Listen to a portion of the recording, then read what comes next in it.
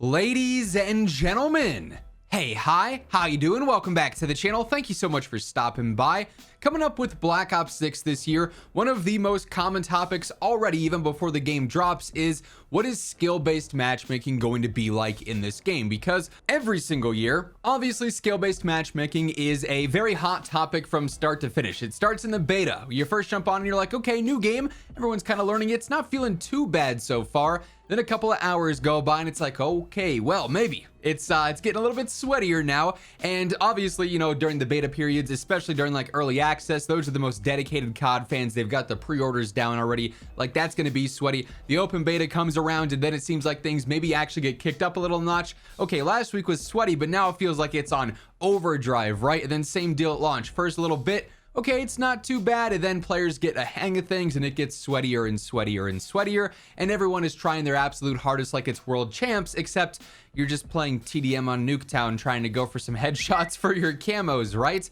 And outright, skill-based matchmaking is going to be in Black Ops 6. It's not going anywhere. That I can tell you with certainty. However, things this year are going to be interesting and maybe not great for the absolute best players in terms of SBMM, based on what Call of Duty decided to share with us a few days back when they actually detailed how skill is a factor in their overall matchmaking system. Now, outright, here's what kind of sucks. Black Ops 6 is going to have general ranked play. Warzone is going to have general ranked play within the Black Ops 6 integration, right? Specific ranked modes where skill is what determines who you play.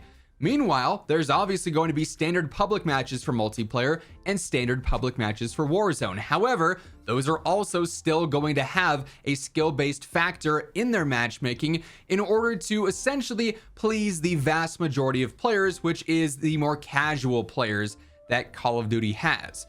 Basically, skill-based matchmaking for years has been a major concern because it does diminish connection quality, and it's not so much about only wanting to play bad players as a good player. It's more so as a good player, the better and better you get, the more your connection quality suffers, and the more you limit who you're actually even able to play the game with. At the end of the day, Call of Duty is a social thing, right? You play this game to interact with other players. You play this game to have fun with your friends.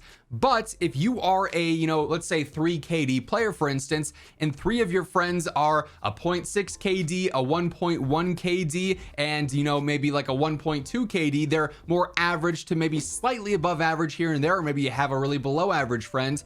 Well, if you end up playing with them, guess what? Your ability to be the best player out of your friend group and probably sometimes the best player in your lobby means that their experience is going to get a whole lot sweatier, and COD's own stats prove that when bad players have to consistently play against better players or sweatier players, they end up leaving the games quicker and ultimately not returning nearly as often, which of course is not good for Call of Duty. So outside of the fact that, you know, a lot of people, I think, confuse not wanting SBMM with just wanting to stomp noobs all day. Not necessarily the case. The connection quality that suffers so greatly when you get better at this game, and then the lack of ability to play decently with friends and have everyone have a good time is just really rough with it. That's sort of generally the underlying issue with skill-based matchmaking. But as I alluded to, Call of Duty detailed exactly how skill factors into matchmaking, and if anything, it means that in Black Ops 6, the casual player base is gonna have even more things in their favor when it comes to the matchmaking system, and the better players, and as you get better at Black Ops 6, you're probably gonna notice things become sweatier and a little bit more strict when it comes to matchmaking, which is unfortunate if you're that style of player, because the recent skill-based matchmaking blog that they detailed shows that the current skill-based system in Call of Duty is by far their most profitable as a business. Basically, their general rundown stated that they did all these tests, they loosened skill-based matchmaking, and they found that when there was less skill-based matchmaking, bad players that were more consistently going against good players ended up leaving the game and not returning as much. And then when they tightened skill-based matchmaking and they made it more strict, good players were playing more good players, and then more good players ended up leaving the game and not returning as often. Whereas with the current skill-based system that they have in place, they didn't see those players consistently leaving the game on either side. So basically, bad players play more good players, the bad players leave. Good players play more good players, the good players leave. And then ultimately with loosened skill-based matchmaking as well, you end up getting this system where there are so many bad players going up against more well-rounded and above average players, that then those bad players end up leaving. And even with loosened skill-based matchmaking, you have a larger player pool of sweatier players in general and a smaller player pool of more casual players, which then results in sweatier players playing more sweatier players, and then they leave as well. So the entire player base ends up suffering, at least according to the data that Call of Duty put out. And I think at least part of that does add up. I mean, just based on the community reaction, that makes sense, regardless of how strangely presented their data was in these blogs, right? At least that portion of it does make a lot of sense. So essentially, this blog confirms that they have no interest in toning down skill-based matchmaking or loosening it whatsoever, because the majority player base, i.e. the casuals, end up leaving the game more. And if there's anything that Call of Duty is trying to do right now, especially post-acquisition here with Microsoft, is get as many new players on the game as possible, get as many general players on the game as possible, and keep them all on the game and keep them coming back to the game for as long as possible. They need to, make up for that massive purchase. Microsoft does. Activision obviously wants to have that sort of resurgence in the player base that's fallen off in recent years, pretty much ever since the end of Cold War, when things kind of took a turn for the worse in terms of game design and everything going on there. Obviously, Vanguard not super well received considering the era and just the overall hype of the game. MW2 started strong and then fell off a cliff because they made so many strange design decisions. And MW3's sort of had to work at rebuilding the player base, and I think it's done a decent job at that, but it still has underlying flaws that every single Call of Duty has, and unfortunately those have overshadowed a lot of the really positive changes that have been made in the past year or so. But ultimately, Call of Duty can't just have sweaty players on the game. Their vast majority of their player base is that more casual player, is that slightly below average player. And as they've proven now with their matchmaking system, the more that it benefits that player base, the more that it ends up having casual players play casual players, or below average players play more below average players, the longer all of them are staying on the game, because they have more of a chance to win there, they have more of a chance to do well and contribute in games.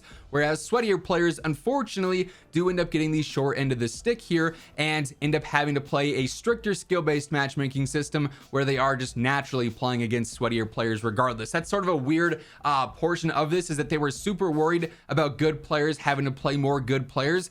But even with skill-based now, that happens more often than not. So weird takeaway in general for that. But that means going into Black Ops 6, they're really going to have to cater even more to casuals, because obviously this game is changing some core features in a way that really will benefit the best players and those that care enough to actually master systems, like for instance movement with the Omni movement upgrades, everything going on with that. Really, if you're able to master that stuff and tether good movement together, it's going to benefit you as a sweatier player. You can break cameras, you can break some ankles, do some nice crossovers and whatnot in game, and end up absolutely dominating some slightly underskilled players. So in turn with that, the casuals are going to need to be playing more players on their level, maybe equivalent in their movement mechanics and how good they are at actually using all this. Now, there are movement assists that might help out some, but learning all these new systems that Black Ops 6 is going to introduce means that the sweatier players who learn those quickly ultimately are probably going to end up now stuck in lobbies solely with sweatier players, while they have to do more to protect that more casual and that larger player base to keep them returning to the game time and time again. So long story short, those of you who were hoping for maybe an update to skill-based matchmaking within Black Ops 6 to make things a little bit more friendly, a little bit more casual, well, unless you are a bit more of a below average player or a bit more of a casual player, which if you're watching these videos, if you're chronically online or actively watching YouTube and Twitch streams and everything frequently, you're probably a average to above average player minimum. Well, things are not going to be super great there based on the details and everything that we now know directly from Call of Duty. So unfortunately, maybe not the greatest news if you were hoping for any positive changes out of that. But at the end of the day, Call of Duty is obviously going to do whatever makes them the most money in a stricter skill-based system that protects the casual players. Absolutely is what's doing that, you know, based on their findings. So that being said, that is going to wrap things up for this video. If you enjoyed it, do me a favor, drop a like. It is always really appreciated. And if you're new to the channel, or maybe you have not subscribed yet, every single day I got you covered with news, updates, patch notes, meta breakdowns. Everything going on in COD is right here. So feel free to hit that subscribe button and turn on those post notifications to always stay up to date. But once again, thank you so much for tuning in, and until next time, take it easy, have an awesome rest of your day, and I'll catch you later. Peace out.